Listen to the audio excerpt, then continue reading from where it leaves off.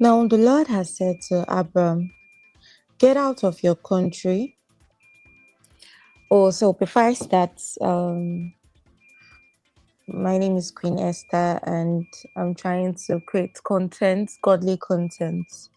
On today we'll be talking about faith, um, about putting your trust in God and also believing that what He says is there and amen. And from today's reading, I'll be reading from Genesis chapter 12, from verse 1 down to verse 10. I read, now the Lord has said to Abram, get out of your country, from your family, and from your father's house, to a land that I will show you. I will make you great. I'll take that again. Now the Lord has said to Abram, get out of your country, from your family, and from your father's house, to the land that I will show you. I will make you a great nation, and I will bless you. And I will make your name great, and you shall be a blessing. I will bless those who bless you, and I will curse him who curses you. And in all your families of the earth, and in all your families of the earth, and in all your families of the earth shall be blessed. So Abram departed from the Lord. So Abram departed as the Lord had spoken to him, and Lot went with him. And Abram was 75 years old when he departed from Haran. Then Abram took Sarah, his wife, and Lot, his brother's son, and all their possessions they had gathered, and all whom they had acquired in Haran, and they departed to go to the land of Canaan. So they came to the land of Canaan. Abram passed through the land of the place of Shechem, as far as the terebinth tree of Moreh, and the Canaanites were then in the land. Then the Lord appeared to Abram and said, to your descendants I will give this land. And there he built an altar of the Lord, whom had appeared. There he built an altar to the Lord, who had appeared to him. And he moved from there to Mount east of Bethel, and he pitched his tent in Bethel on the west, and Ar on the east. There he built an altar to the Lord, and called on the name of the Lord, and called on the name of the Lord.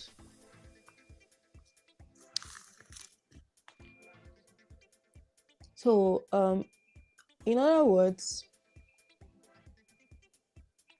if you're born again and you're more than a blessed boy or girl, you're actually a blessing.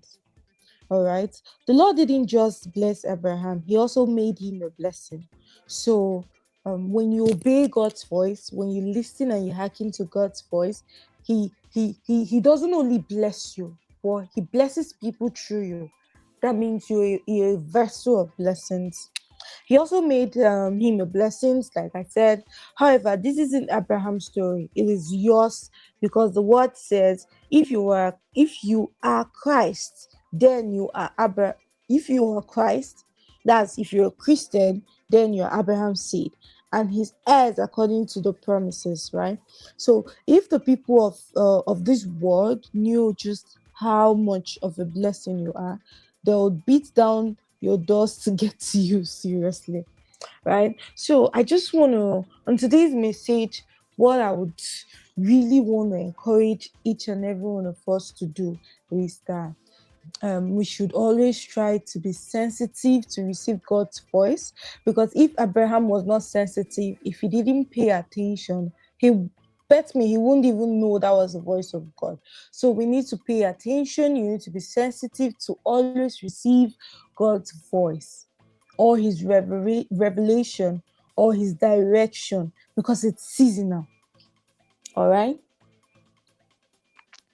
So we'll just go on a short break and then we'll be back.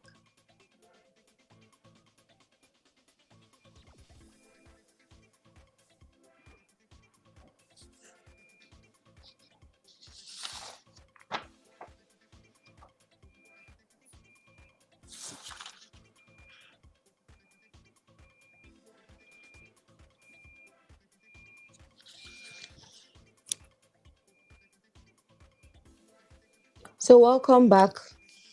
Um, Um, so if you're just joining us, we're talking about the story of Abraham and how faith comes and how um, always being sensitive and paying attention to always receive a message from God can actually be a blessing to our life, right? So we're talking and then we made points on how Abraham was a blessing to not just himself, but he was a blessing to his generation and all of that. So what the last word I would like to give to you all is that you are a divine package of blessing.